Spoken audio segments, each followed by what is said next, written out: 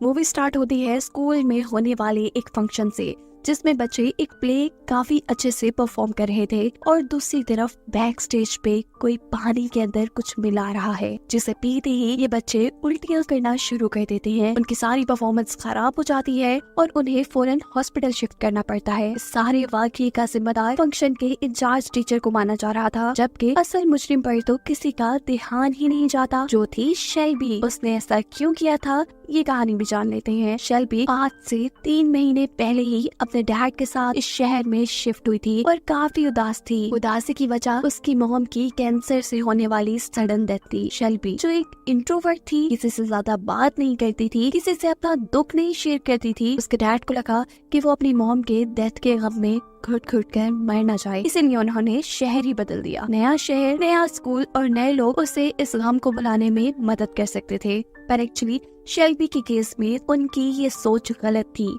वो कभी भी लोगों से घुल मिल नहीं पाती थी और इस नए स्कूल में भी जब शरारती बच्चे उसका मजाक उड़ाते हैं तो वो अपने आप को कंट्रोल नहीं कर पाती और जोर से अपनी बुक उठाकर लड़की को मार देती है, जिसके रिजल्ट में टीचर उसे क्लास से निकाल देते हैं। हालांकि वो ये जानते थे कि बेशक शेल्बी का रिएक्शन गलत था, पर गलती दूसरे ग्रुप की ही थी। इसीलिए वो शेल्बी को कुछ देर बाद अपने ऑफिस में बुलाकर समझाने लगते हैं कि अगर ऐसे लोगों की बातों को हमने सीरियस लेना शुरू कर दिया तो हमारी जिंदगी तो काफी मुश्किल में पड़ सकती है। तुम्हें इन सब चीजों को इग्नोर करना चाहिए। वो शेल्बी की मॉम की डेथ के बारे में भी जानते थे। प्रोफेसर कहते हैं कि मुश्किल वक्त सब पर आता है, पर मुश्किल वक्त का कॉन्फिडेंस और बहादुरी से सामना करना पड़ता है। शेल्बी भी सबका कॉन्फिडेंस से मुकाबला करना चाहती थी, पर उसकी ये सारी सोच तभी हवा में उड़ जाती है जब प्रोफेसर के ऑफिस से निकलने पर वो शरारती बच्चे दोबारा उसका पीछा करने लग जाते हैं। वो भागकर घर आ जाती है। मूड खराब होने की वजह से उसके डैड उसे चीयर अप करने की कोशिश कर रहे थे, उसकी बचपन की तस्वीरें दिखाते हुए, जिन्हें देखकर वो एम्बैरस हो चुकी थी और इस सब में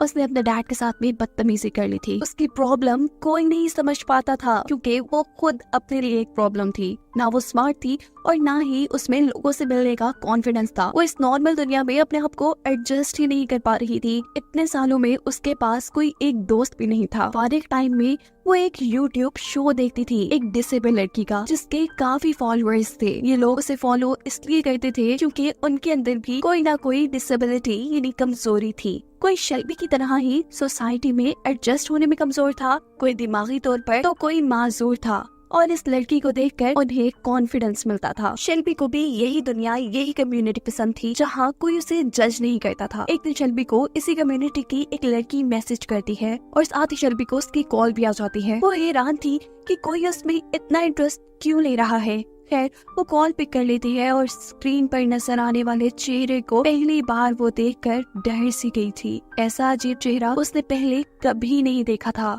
ये लड़की शेल्बी से बात करना चाहती थी, पर वो शेल्बी को अपना नाम नहीं बताती और कहती है कि मुझे बेस्टी कहकर पुकारना। शेल्बी को उससे बात करते हुए बिल्कुल हेजिटेशन नहीं हो रही थी, इसीलिए जल्द ही वो दोनों अच्छे दोस्त बन जाती है और शेल्बी अपना सारा वक्त इसी के साथ गुजारना शुरू कर देती है। बेस्टी शेल्बी का कॉन्फिडेंस बढ़ाने में बहुत मदद कर रही थी। शेल्बी उसके कहने पे एक नए लुक के साथ स्कूल जाती है, नया हेयर स्टाइल और थोड़ा सा ब्लंट मेकअप, जो उसका कॉन्फिडेंस बढ़ाने में उसकी मदद दे रहा था। यहाँ दोबारा जब शरारती ग्रुप उसे तंग करने की कोशिश करता है तो शेल्बी आज उन्हें अच्छा सबक सिखाती है। ऐसा करने के बाद उसे अंदर से खुशी महसूस हो रही थी, और क्योंकि ये सब बेस्टी की वजह से हो रहा था, इसीलिए बिना कुछ सोचे समझे अब शेल्बी ने बेस्टी की बातों को हुक्म की तरह मानना शुरू कर दिया था। बेस्टी शेल्बी से कहती है कि तुम्हें अपने डर को खत्म करना होगा, जिसके लिए मैं तुम्हें कुछ चैलेंजेस दूंगी। जैसे आज वो पहला चैलेंज उसे अपने डैड की कोई खास चीज चुराने को कहती है।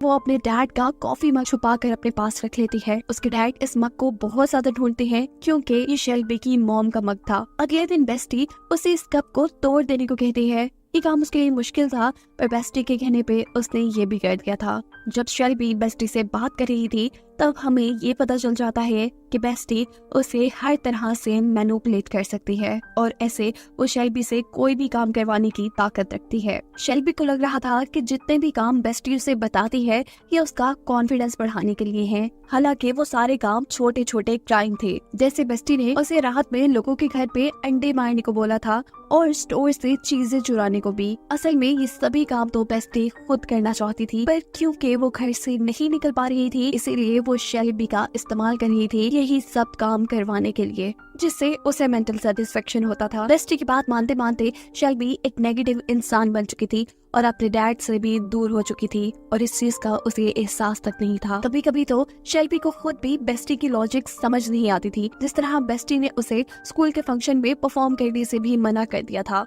और बेस्टी के ही कहने पर वो फंक्शन में होने वाले प्ले को खराब करने का प्लान करती है, ये सोचे बगैर कि अगर वो पकड़ी गई तो उसके साथ क्या क्या हो सकता है। वो इस प्ले में यूज होने वाले पानी के अंदर पॉइजन मिला देती है। ये वही सीन है जिसे हमने इस मूवी के शुरू में देखा था। ये सब करने के बाद वो काफी खुश थी और काफी एक्साइटेड थी। घर जाते हुए वो ये सोच रही थी कि जब वो बेस्टी को ये सारी चीजें बताएगी तो बेस्टी कितना खुश होगी उससे। शेल्बी बेस्टी के ही कहने पे हैलोवीन के दिन अपनी म्यूजिक टीचर के मरे हुए बच्चे जैसा ड्रेस पहनती है और जैसे उसकी मौत हुई थी वैसे ही वो अपने प्रोफेसर को एक्टिंग भी करके दिखाती है, जो देखते ही सभी लोग उससे नाराज हो चुके थे। तभी हैरान थे कि कोई इतना बेहस कैसे हो सकता है जितनी इस वक्त पे शेल्बी हो गई थी। इस सब की सजा में उसके डैड उसे बेसमेंट में बंद भी कर देते हैं, जहाँ से शेल्बी अपनी मॉम के लैपटॉप से दोबारा बेस्टी से कांटेक्ट करती है। यहाँ बेस्टी उसे मशवरा देती है कि तुम कुछ ऐसा करो जिससे तुम्हारे डैड तुम्हें यहाँ से निकालने पे मजबूर हो जाए। शेल्बी पूछती है क्या, और बेस्टी कहती है कि तुम अपना हाथ तोड़ दो। शेल्बी अपने आप को नुकसान नहीं पहुँचाना चाहती थी